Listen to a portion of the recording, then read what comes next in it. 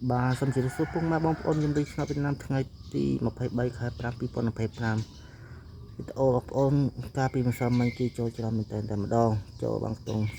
0.05 ពេលយប់ហើយចំពោះខ្ទង់ចិត្តគឺអត់ចិត្តត្រូវទេហើយលេខរបស់តាល្បីឆ្នោតជើងគឺច្បាស់ជូនពុកម៉ែបងប្អូនតាមម្ដងម្សិលមិញគឺសមាជិកបងប្អូនគឺត្រូវច្រើនមែនតើតែម្ដងខ្ទង់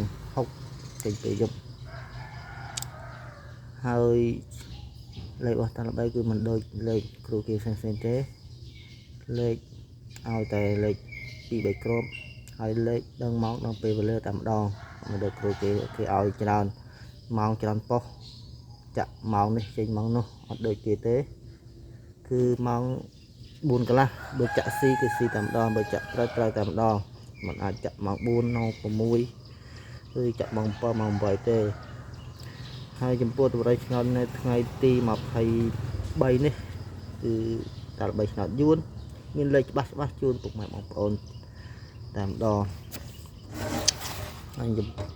ថ្ងៃទី4ថ្ងៃទី23នេះគឺប្អូនអីអស់ខ្ទង់9គឺលេខតូច98ហើយមកខ្ទង់ទេគឺ009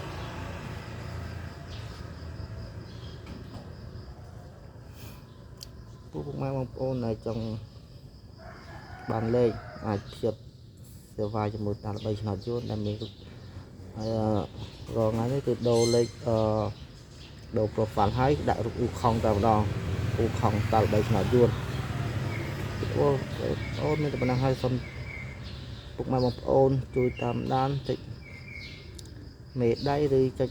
សញ្ញាកណ្ដឹងដើម្បីទទួលបានព័ត៌មានថ្មីៗពីតាល្បីឆ្នោតយួនផងដែរសូមអរគុណសូមគោរព